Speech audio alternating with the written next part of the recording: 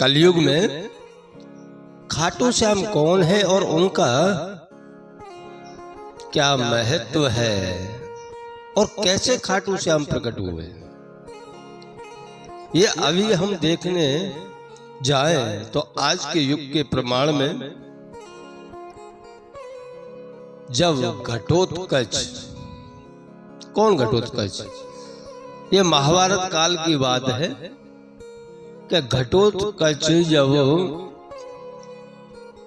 महाभारत में भाग लेने के लिए पांडवों के साथ में आ गया तो उसका पुत्र था बब्रिक। एक दिन बब्रिक ने स्वयं की माता से पूछा कि माँ, हमारे पिताश्री कहाँ हैं? तो बब्रिक की माँ ने कहा कि बेटा, तेरे पिताश्री युद्ध लड़ने के लिए गए। क्या कहा? कि तेरे चाचा ताऊ वो के अंदर युद्ध चल रहा है महाभारत का, वह वहां पर गए हुए हैं। इधर माया तो थी, बब्रिक के पास में बहुत अथाह शक्ति थी। तो बब्रिक ने स्वयं के गुरु से आज्ञा ली और गुरु से पूछा कि गुरुदेव, मैं चाचा ताऊओं में वहां मेरे पिताश्री के दादा पिताश्री भी गए हुए हैं, वहां पे युद्ध चल रहा है, तो मैं किसका साथ दूं? आप मुझे बताइए।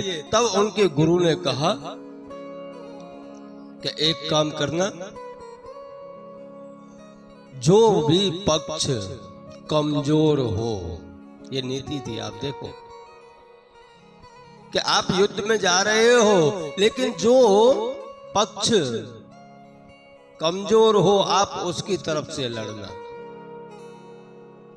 इधर जब बब्रिक आ रहा था, भगवान श्री कृष्ण को पता चला कि बब्रिक आ रहा है और वह जो पक्ष कमजोर होगा उसकी तरफ से ही लड़ेगा।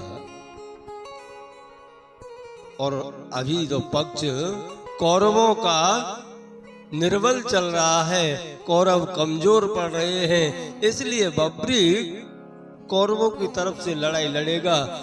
और वह जो कौरवों की तरफ से लड़ाई लड़ा तो समझ लो पांडवों की हार है। ऐसा विचार करके भगवान रास्ते में ही पहुंच गए और रास्ते में पहुंच करके भगवान ने बब्रिक के सामने ब्राह्मण का रूप धारण करके पहुंचे और बब्रिक से पूछा, कहां जा रहे हो? तो बब्रिक ने कहा कि मेरे कुटुंब परिवार के अंदर युद्ध चल रहा है, मैं वो युद्ध देखने जा रहा हूं। तो भगवान ने कहा कि तुम लड़ोगे किसकी तरफ से? कि मेरे गुरुदेव की आज्ञा है,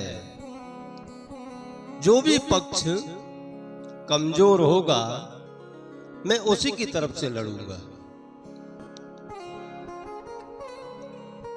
यहां भगवान ने फिर बब्रिक से कहा कि आपके पास में कितनी शक्तियां हैं, मुझे बताओ।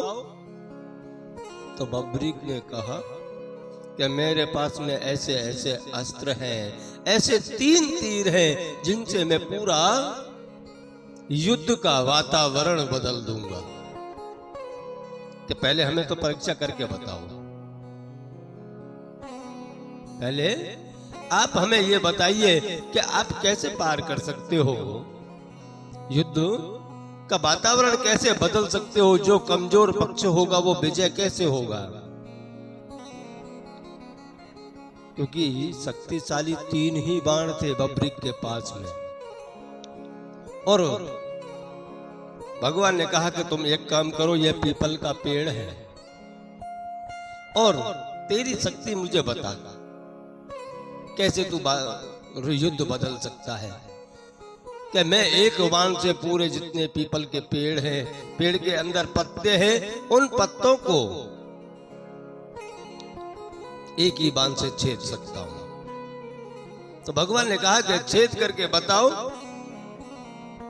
अब उसी पीपल के पत्ते में से एक पत्ता तोड़ के भगवान ने स्वयं के पैर के नीचे दबा लिया, और पैर के नीचे दबा लिया। बाकी का जब बब्रिक ने बाण छोड़ा तो सभी पत्तों को एक ही बाण से छेद दिया, और लास्ट में जो भगवान के पैर के नीचे दबा हुआ था उसमें जाकर के लगा। भगवान के पैर में होते हुए उस बाण को, उस पत्ते को भी छेद दिया।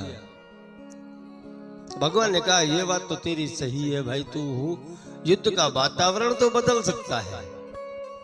अब हमारा जैसा कोई ब्राह्मण यहाँ आया हो और अगर कुछ मांगे तो दोगे क्या?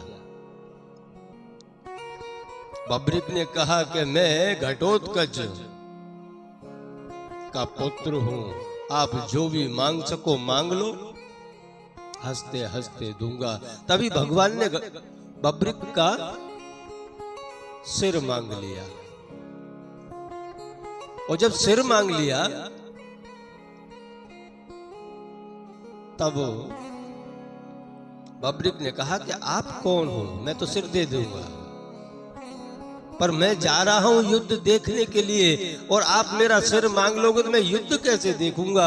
तब भगवान ने कहा कि ये मैं वरदान देता हूं कि तू आंखों से देख सकता है, कानों से सुन सकता है,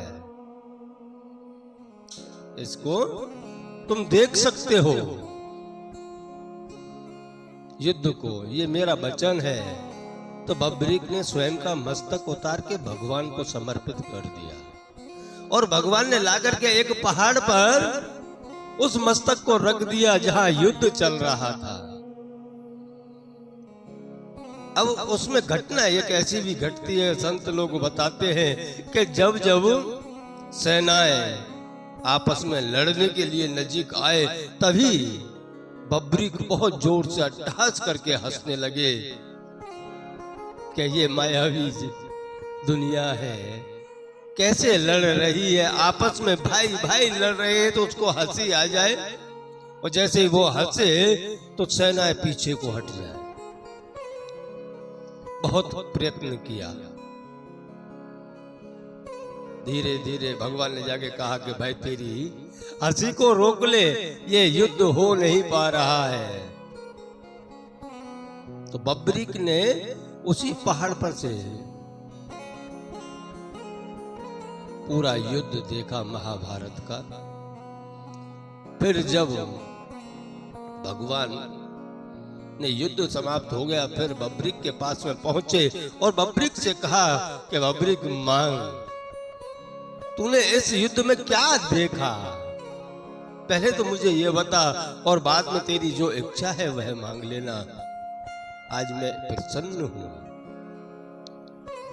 तो बब्रिक ने कहा कि मुझे तो कुछ दिखाई नहीं, मैं तो बस यही देख रहा था कि कौरवों की कितनी सेना है, लेकिन पांडवों की तरफ से खाली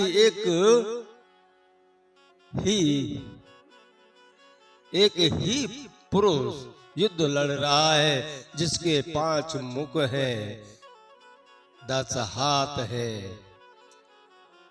और वही पूरे कौरवों का नाश कर रहा है। मैंने तो बस उसी के दर्शन किए हैं प्रभु। तब भगवान श्री कृष्ण ने कहा कि आज तूने युद्ध में मुझे देखा है, मैं तुझे वरदान देता हूं कि आगे चल के तुम मेरे नाम से पूजनीय हो जाओगे। खाटू श्याम मेरे नाम से ही तुम पूजे जाओगे, और इस कलयुग के अंदर आप सबकी मनोकामनाएं पूर्ण करोगे। इधर मनोकामना पूर्ण करने का वचन देकर के उस मस्तक को सभी पांडवों को बुला करके वहीं पे एक गड्ढा खोद के दबाया गया। लेकिन कोई भी गाय जब उस जमीन के ऊपर आए तो वहां स्वतः ही दूध की धारा निकलने लग जाया करती थी। इसलिए गांव वालों ने एक दिन उस जगह को खोदा कि गाय यहां आकर के दूध क्यों देती है। खोद के देखा तो बब्रिक का वहीं पे मस्तक निकला और उस मस्तक का को ले जाकर के गांव वालों ने राजा से कहलवा करके एक छोटा सा मंदिर तैयार कराया। आज वही मस्तक राजस्थान खाटू श्याम में पूजनीय है, जो सभी की मनोकामनाएं पूरी करता है। वही 3 वाण जो यथाशक्ति बब्रिक को दे करके रखे थे, आज वही निशान बना हुआ है। ये है हमारे खाटू श्याम की लीला और कथा।